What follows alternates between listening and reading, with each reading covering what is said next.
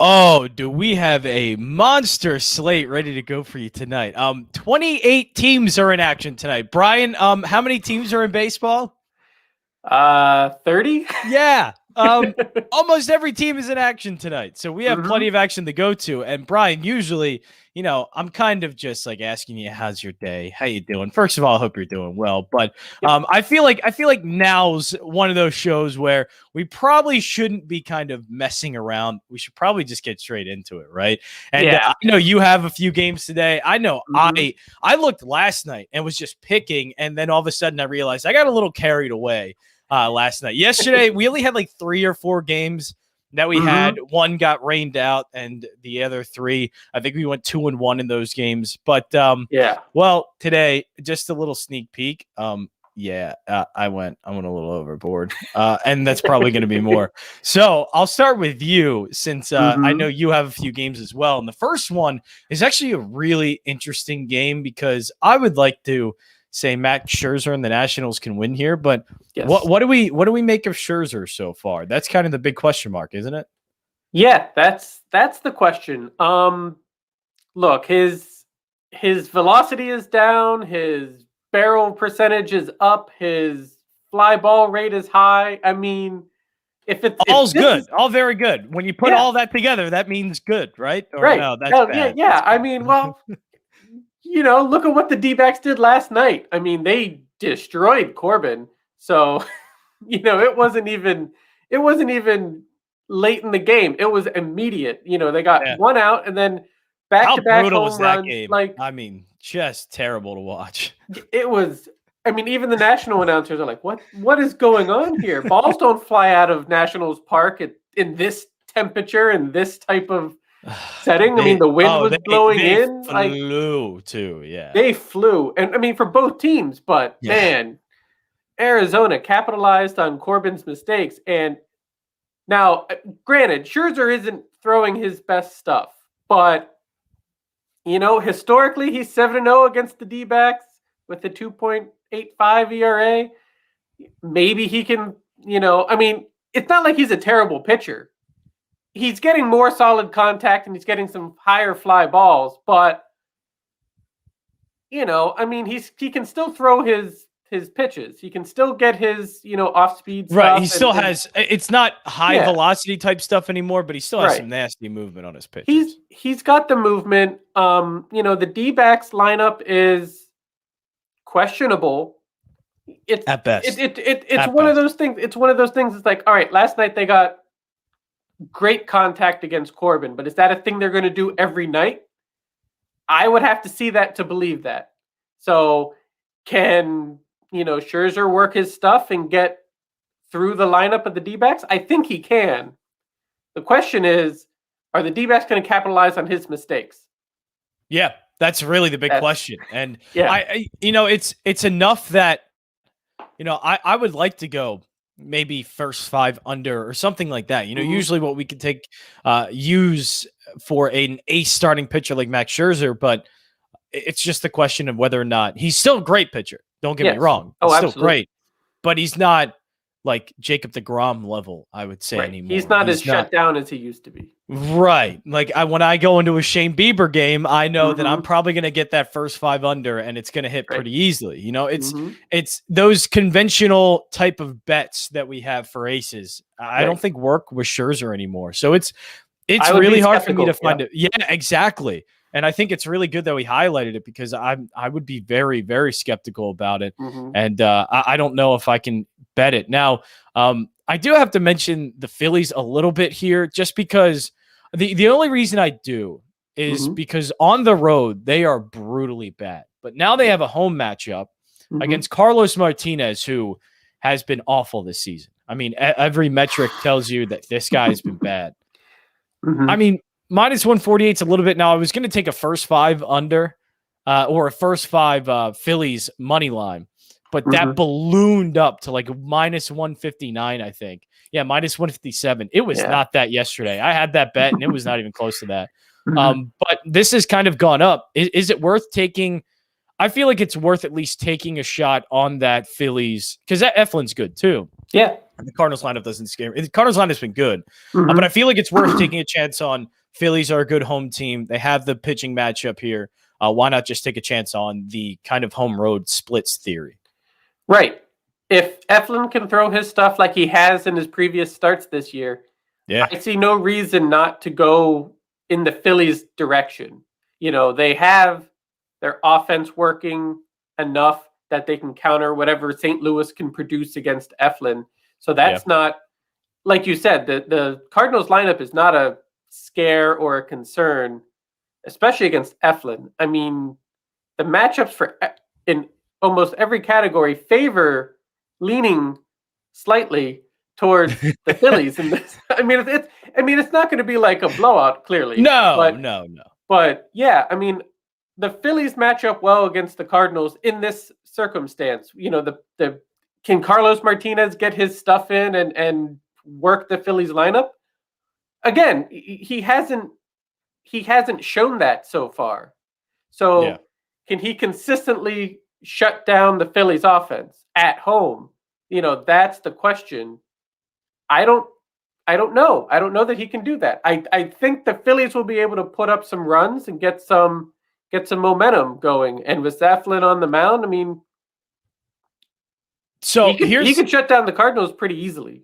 Yeah, and I want to go over the splits for the home run and why I'm so intrigued by this. And I know it's small sample size, but this also kind of dates back. If I could have the home road splits for the past 3 years, we kind of see these numbers basically, have a huge difference as well, or enough of a difference to make it notable. But on the road, the Phillies have an OPS of 566. They have an average of .200. They are not very good. But when you have them at home, they're .262 average, a 753 OPS. Obviously, things look really good for the Phillies at home. And so, seeing as Jansen saying you don't got to pay the juice if you win, Eflin first 5 looks good. Yes, Eflin first 5, I think does. It is a little bit juicy for me, though. I will admit, I don't want to pay the juice, but it's a bit juicy. So how about I do this instead? Because I know the one thing I do absolutely love in this matchup is the Phillies bats against Carlos Martinez. Because of those numbers I just saw. I want to take that theory that they hit better at home, and I'm going to take the team total over 4.5 at plus 100. I think it's worth taking the risk. I think they can hit Martinez hard.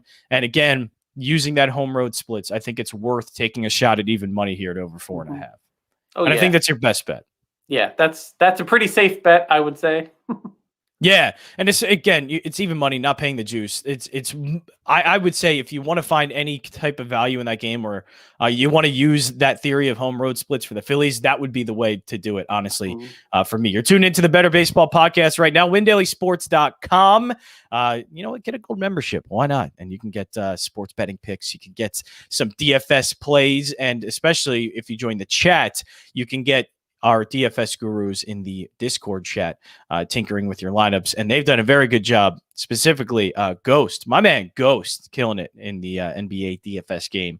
But let's stick here now. The rest of the slate, Major League Baseball, Cincinnati and Cleveland. I have to admit, when I first saw this and I first saw the pitching matchup, I went, I might go with Cleveland here. They're a little bit of a dog.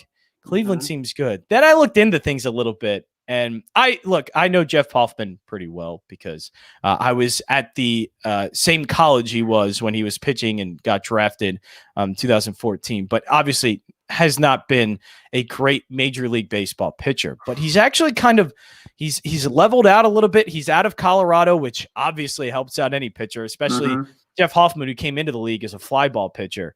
So that obviously helps out. He's been getting some whiff rate, which is really good. The thing is, the hard contact rate is up too. But I think when you look at, XFIP, Sierra, all of those types of stats, he's not a great pitcher, but he's kind of evening out. He's going to be around a 4 ERA, and that's good for what you expect Hoffman to be. But then I looked at Logan Allen, and I see the 2.70 ERA, and I go, man, this guy's, I guess, pretty good. But then you look at things, again, like the XFIP, and it's just telling you a completely different story. Sort of these ERA estimators, it's telling you a different story about what Logan Allen is. And against Cincinnati, who's crushing right-handed pitchers, Why not take a shot on the Reds today? Yeah, I mean, also remember they're back home, and when they were at home that first few, the first couple series, those series went pretty well. I mean, the difference between the Reds at home and the Reds on the road this year so far has been quite stark. You know, the first two series, based on the numbers I looked at, Cincinnati averaged 9.5 runs, batted .320, OPS of 1.006, or 5-1 against the Cardinals and the Pirates for their opening homestand. Now, you don't get much better than that, right? No. So, but then they went on the road and they fought and played against opponents you would think they would match up well against in Arizona and San Francisco, but they only got in total 18 runs. They got shut out twice. They're batting .206 with a .612 OPS. They went 2-4 against those teams. I mean, like, what is happening that they don't produce against a team like Arizona and a team like San Francisco? So the question is, does the home stadium favor the Reds that much more? Were they just clicking at the beginning of the season? You know, where does this fall in the degree of concern for the Reds offense and the Reds winning and producing? Because if being at home changes everything, like you said with the Phillies, then I think they can jump on Logan Allen and get some runs across the board. I mean, look, Nick Castellanos had like 4 home runs and 7 RBIs in that opening homestand. I mean, he was on fire. He was crushing the ball. He was doing everything. I mean, even the rookie India had great numbers at home those first 2 series. And then on the road, he like totally disappeared and like he barely showed up on the offensive statistics, you know, those last 6 games or so. So, you know, if home cooking is what's needed, you know, great, whatever the name of Great American Ballpark is now, if it's not Great American Ballpark, that the stadium in Cincinnati is. It will always be Great American Ballpark. Right. It's always Great American Ballpark. but I mean, that stadium is like a hitter's dream. Yeah. So the fact that the Reds play there and they know the ins and outs of that stadium and they've experienced that stadium always is great for their offense. And I think they can make contact against Logan Allen. I think they can put runners on the base path. I think they can get runs across the board with Cleveland. What does Hoffman do against the Indians lineup? I mean, I think you're looking at a pretty average, solid day. Exactly. Nothing, yeah, you're not. Nothing spectacular. Right. It's probably going to end up being the Reds outscoring the Indians more so than any one pitcher being able to control the lineup. Yeah, which Cleveland still can't hit. Even when they have won a few games, it's not like they're crushing the ball for 7-8 runs. It's 4-3 wins, 5-2 wins, things like that. They're not overly crushing teams. Yeah, they're not. They're not overly crushing. I mean, look, Franmil Reyes is the DH. I haven't seen the lineup today. I don't know if he's in the outfield or not because he has played outfield in the past. But if he's not in the lineup, that takes some power away from Cleveland. I mean, Jose Ramirez had a home run yesterday, but I mean, overall, he hasn't really produced that much. I mean, he's what, 1 hit in 27 or 21 at bats during his last 6 games or something. I mean, like, it's pretty good. It's spotty at best. If Hoffman leaves some fat things over the plate, maybe he can get into some trouble. But if he pitches decent, I think that Cleveland's not good enough, and I think we've talked about this before. Cleveland's not good enough to, even if Hoffman is around the middle of the plate, they don't have enough pop in that lineup to do some really heavy damage. It's just not going to be a lot of damage. You're going to get a run here or there, but you're not really going to get that monster inning of, oh no, we let up 4 runs or whatever. How are we going to come back from that? It's just not going to happen with Cleveland's lineup. Unless you're absolutely atrocious, but I don't think Hoffman's going to be that bad. And so I'm right now looking at the Cubs and Braves game, and there's some weird stuff happening with it. We don't have anything really. We have, which is weird. The player props are up there, and we have some of the all of that. But when we have run lines, team to score, but we don't have team total. We don't have a money line to bet on. I think I just saw it at -110. I mean, look, I know the Braves have not been great. I know they had a bad series against the Marlins, but also the Cubs stink. Like anytime I can get the Braves, I think at a price like that, I mean, it was -110. So basically I think they're a slight favorite, but the Cubs are at like -104 with Zach Davies in the mound. Zach Davies is going to get crushed by this Braves lineup. And no, the entire Braves lineup's not hitting well. Doesn't matter though. When Ronald Acuna, one of the best hitters, I mean, we've seen this before. Hitters carry teams with their pop. I mean, Ronald Acuna is carrying this team. That's okay to say though, and it's okay to bet on that. I think I'm going to bet on Ronald Acuna Jr. basically out hitting the entire Cubs lineup because I think that's entirely possible right now. And Absolutely. So, yeah, I mean, is that something that you would be? Because if I'm going to get the Braves -110 against a team like the Cubs, I don't care how the Braves are playing. I as we know, and -108 now. Look at that. Like the Braves are the better team. The Braves should out hit the Cubs. The Braves should win this game. They should. I mean, I don't see any reason that they shouldn't. There's nothing that really jumps out at me that says, oh yeah, Zach Davies is going to have a good day against this lineup. Or there's nothing that says to me that the Cubs are going to really hit Drew Smyly. I mean, look, it's all Ronald Acuna right now. And if he can do what he does, then I think this favors the Braves. I would feel comfortable going with the Braves. I mean, the Cubs offense hasn't shown up enough for me to sit there and say, all right, can they counter Ronald Acuna? Like the Braves lineup doesn't offer a lot of support for Acuna, but there is support there. You know, you got Freddie Freeman, you got Ozuna. Well, you're just waiting on that support to finally help out a bit. Yeah, I know Freddie Freeman at times has, but you're just waiting for that basically. Right. You're just waiting that one day, one of these games, the Braves lineup is going to click. And when it does, it should be as shut down an offense as you could, experience against almost any. It should be like the Dodgers. It should be like a healthy Padres if they ever played the way they stack up on paper. Like the Braves have a good lineup, and they're just not performing yet at the level that they should be. But Acuna is. All right, so that's why I knew there was something a little bit funky going on. So things are being taken out and put it back in because Drew Smyly, literally just a half an hour ago, was put on the IL. So he's out, but enter in, and a guy that last season I was intrigued by a little bit, but enter in Kyle Wright from Atlanta. Young pitcher, has the stuff, has gotten shelled so far in his major league career. Last season in 2020, a 5.21 ERA. In 2019, in 19 and 2/3 innings pitched in 7 games, 4 of them as starts, and 8.69. This kid is young. He's 25. He has great stuff. Just hasn't been able to put it together sort of at the major league level. But, I would hope that this line changes a little bit more now that we get kind of who is going to start. I would still go the Braves because, again, I just don't think the Cubs, no matter what, can't really hit pitching too well.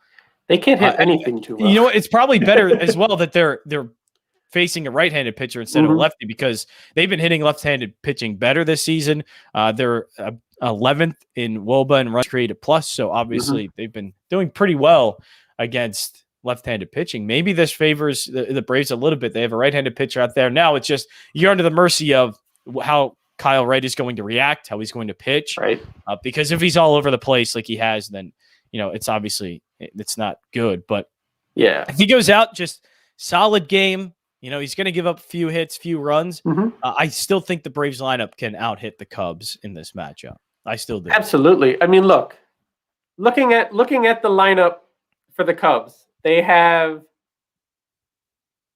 one guy over 200 batting average. That's good. They have 2 guys at 200 batting average, and then everybody else is below. That's good. Very good.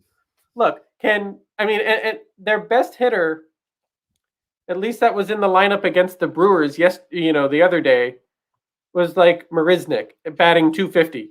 Yeah, I guess what you're saying there is, Kyle Wright, just don't hurt yourself. Don't walk batters. Pitch to contact. Let your defense do the work, and let the lineup kind of give you a lead here. Pitch to your strengths and don't hurt yourself. It's like when I do my picks or when I am in like the pool for like the NCAA tournament. Don't beat yourself. Yeah. Let the other players, make their own mistakes. You just do what you do. And everything else should, you should be in a pretty good spot at the end. Yeah. And we'll be, and we'll be keeping up on that line because I have a feeling it might get a little bit better. Whoa. Did anybody see that glitch in the matrix literally just for a second? I saw a plus 165 there. I swear to sweet Jesus. If this goes to plus 165, or if that was just a glitch in the matrix, whatever it may be, but if it ends up going to that price, I'm smashing the Braves here. I am hitting that smash money line button over and over again. And of course, if that's the case, why not put in another bet on the Braves team total over? Because if they win this game, which I think they do, especially if the price is going to take it, that means they're also hitting. So I know it was at 4.5 when I saw it yesterday. It probably will be today. I wanted to mention that game, and I'm glad we did. Two other games here, and two interesting ones. First, I want to go with the one I wanted to find a play on, and I just couldn't yet, so I'll throw it to you. What in this game do you like? If anything, I was maybe going to go under the 3.5 because I know Ryan Weathers has been pretty good, but it's just the worry of that Braves lineup. But what can you tell me about this matchup that you liked? It was really hard to find something for me. I know that. Yeah, well, look, Ryan Weathers is making his first career start. Okay, so he's been in 3 games so far for 6 total innings against Arizona, San Francisco, and Texas. So all not terrible. No, they're not the Dodgers. Let's just say that. They are not the Dodgers. No. Now, that doesn't necessarily mean that the Dodgers are going to destroy Ryan Weathers, but the Dodgers lineup, even without Cody Bellinger, has been fantastic. Justin Turner is on fire. I mean, he has been hitting everything in sight and has just obliterated the opposing pitching over the last handful of games at least.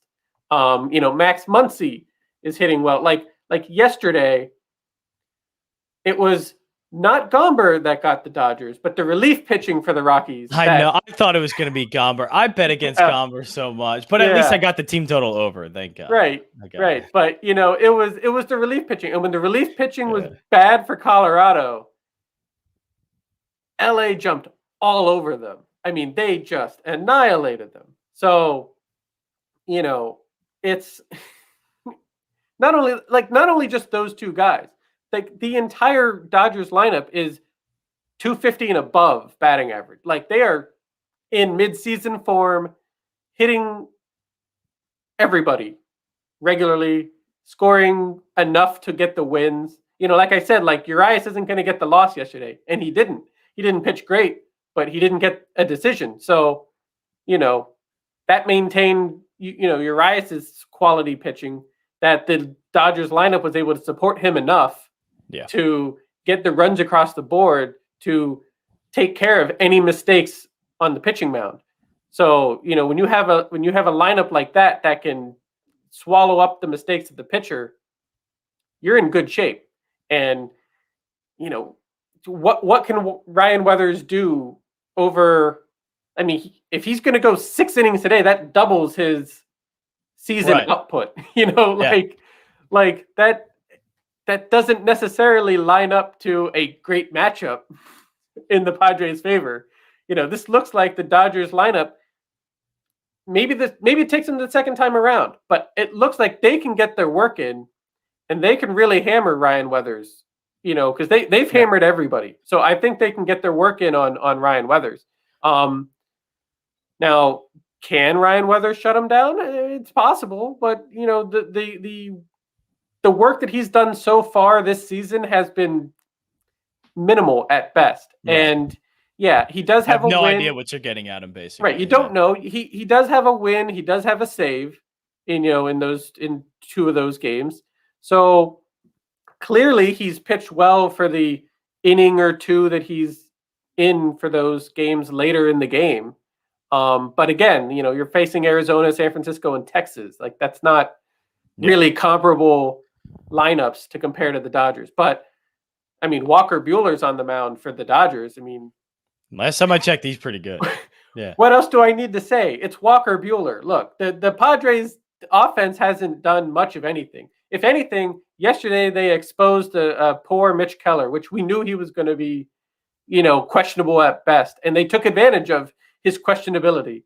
I was cutting post at work yesterday, and I had the Derek Shelton post-game presser for the Pirates. And he's like, we kept Mitch Keller in longer than we needed to because we needed to stretch him out. We needed to have him get innings. We needed to have him work through problems. So the Padres took advantage of that yesterday, and they put up a bunch of runs. I don't think they're going to do that against Walker Buehler. All right. So there was one game real quick that I wanted to go over. Now, this one, we actually will get a play in. Moneyline first five, I think Mariners there. I was also going to see if the player props are right. Yep, that's not going to come till late. But, okay, the other game I wanted to just go over real quick because I think it's a solid value on the board. Twins at plus 118. Lewis Thorpe, not great. But also Angels. This is one where I think the matchup a little bit tells me I think underdog. Twins have been actually hitting left-handed pitching really well. I don't like Andrew Heaney. He's a bad lefty, and he should get crushed by this Twins lineup. But also the Angels have been doing very well, but they are, I think, 0-3 against lefties. So obviously, there's a little bit of a matchup here where I think the Twins can hit Heaney hard.